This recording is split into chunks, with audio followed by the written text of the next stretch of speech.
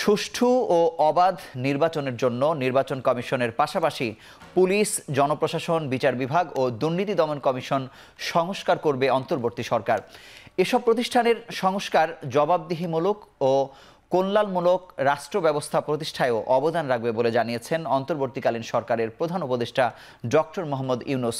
জাতির উদ্দেশ্যে দেয়া ভাষণে তিনি বলেন, সমাজের সকল স্তরের মানুষের প্রতিনিধিত্ব নিশ্চিত করতে এবং জুলাই গণ-অভ্যুত্থানের বার্তাকে প্রতিফলিত করতে সাংবিধানিক সংস্কারের প্রয়োজন। এর প্রাথমিক পদক্ষেপ হিসেবে ৬টি কমিশন গঠন করার সিদ্ধান্ত নিয়েছে সরকার। ১ অক্টোবর থেকে এর কার্যক্রম শুরু হবে। এ সময় তিনি বলেন, আইন নিজের হাতে তুলে নিয়ে কেউ সমাজে বিশৃঙ্খল পরিবেশ সৃষ্টি করলে তাকে শাস্তির আওতায় আনা হবে। ধর্মীয় সম্প্রীতি বিনষ্ট না করতে দেশবাসীর প্রতি আহ্বান জানান তিনি। প্রধান উপদেষ্টা বলেন, ভারতসহ প্রতিবেশী রাষ্ট্রসমূহের সঙ্গে সুসম্পর্ক চায় বাংলাদেশ, তবে সেই সম্পর্ক হতে হবে ন্যায্যতা এবং সমতার ভিত্তিতে।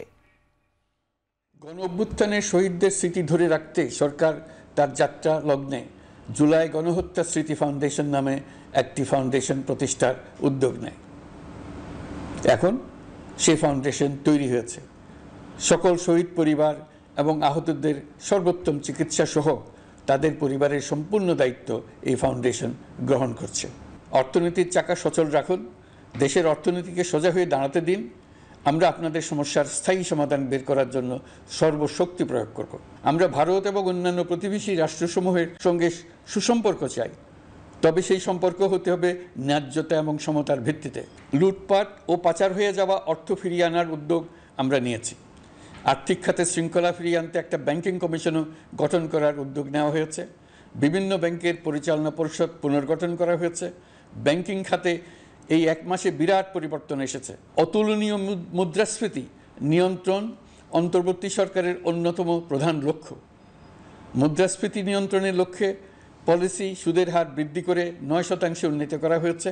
মূল্যস্ফীতি থেকে সাধারণ মানুষকে সুরক্ষা দেওয়ার উদ্দেশ্যে ওএমএস, খাদ্যবান্ধব কর্মসূচি সহ সুলভ মূল্যে প্রান্তিক মানুষের কাছে নিত্য প্রয়োজনীয় দ্রব্য সরবরাহ চলমান রাখা হয়েছে। নির্বাচন ব্যবস্থার সাথে সম্পর্কিত প্রতিষ্ঠান হিসেবে পুলিশ প্রশাসন, জনপ্রশাসন, বিচার প্রশাসন, দুর্নীতি দমন কমিশন এই 4টি প্রতিষ্ঠানের সংস্কার করা সুষ্ঠু ও অবাধ নির্বাচনের জন্য অপরিহার্য।